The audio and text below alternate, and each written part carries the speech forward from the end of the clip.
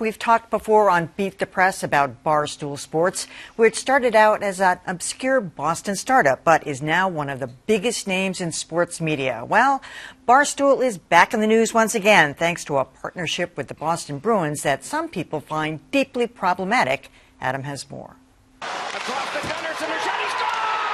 The second game of the Stanley Cup Final was a disappointment for the Boston Bruins and their fans, including Barstool Sports founder Dave Portnoy. That's Portnoy hanging out with 3 Bruins players in the Barstool offices. The team is clearly comfortable with that relationship. And this week, fans attending Game 2 of the Stanley Cup Finals got Barstool-branded Reilly towels. Problem is, Portnoy and Barstool also have some baggage. We want to see you sex it up and be slutty. And Sam Ponder, you slut. That's Portnoy in 2014, talking about ESPN host Samantha Ponder. Later, Ponder's complaints about that tone helped derail a new ESPN Barstool TV show, and Portnoy told his Twitter followers to get angry. Right now, I feel like I'm slowly suffocating her on an internet online war, and I'm excited. All of which gets at 2 recurring complaints about Barstool, how it depicts women and how the site's fans go after its critics. That led several journalists to question the Bruins' move.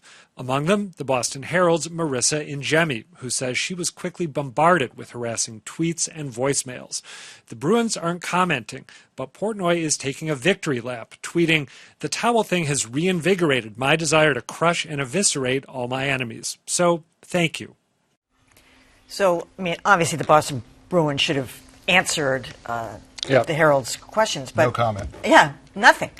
What is the obligation, do you think, Adam, or anybody here, of the Boston Bruins to take into consideration the content of Barstool, any media organization, or any product for that matter? I don't care what it is, soap or anything, when they're just simply doing a sponsorship? Boy, that's a big question. Can you go to John first? Wait. What's the obligation of any business to take into consideration what somebody is selling? Morals, ethical things? I feel like any business that's embarking on a partnership with a media outlet needs to be comfortable with the way that media outlet operates, right? And my assumption here is that the Bruins have determined that whatever downside they faced in partnering with Barstool was far outweighed by the upside. I mean, it's hard to overstate, and I find a lot of what they do really problematic. It is really hard to overstate how big Barstool is. They have this podcast, Spittin' Chicklets. It's their hockey podcast. It is, I think, the biggest hockey podcast in the world. There are NHL players on it all the time. They've got that Pardon My Take podcast, which consistently gets huge ratings. They've built up this gargantuan. Kirk Minahan today. Yeah, they hired Kirk Minahan today. So my assumption is the Bruins went into this eyes wide open and decided, okay, we might not like some of the other bad stuff. We didn't even get into the naked pictures of Tom Brady's kid back in the day, that kind of thing. But I think the Bruins probably decided this is good for us as a net equation. I agree. I think probably they looked at it and they thought net it was good for them. I don't think it's good for them. I think it's a bad look at a good time for the organization when they're on the cusp perhaps of another Stanley Cup.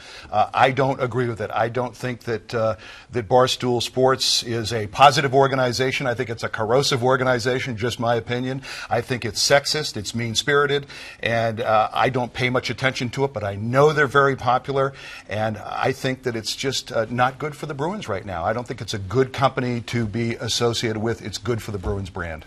Well, it's always about your brand and reputation when you enter into a relationship like this. And the Barstool brand is very popular, but it's also toxic, as Adam and Mike point out.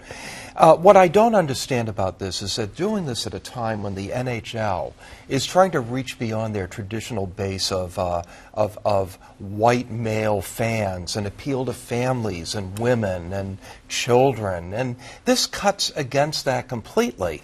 Obviously, they've made a decision that this is good for them, but I don't know if they made the right decision. Well, look, obviously the Bruins care about the way they're perceived in the broader community. They do a lot of charitable work.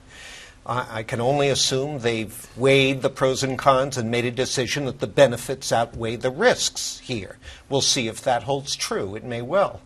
But I also get it about Barstool's appeal, and this is what kind of baffles me. Here's Portnoy, who's clearly a clever enough guy to have built this brand out of nothing.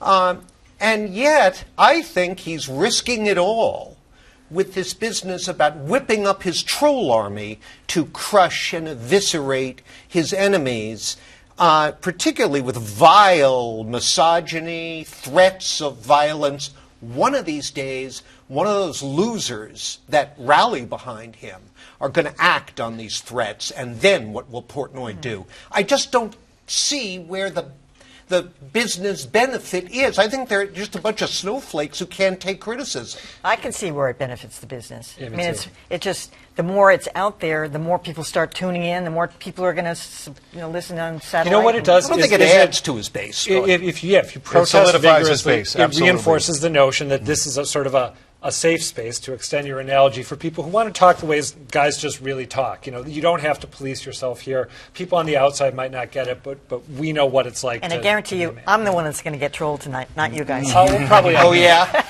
I'm going to be trolling you. I don't look at my mentions, so it's Yeah, okay. all right. All right.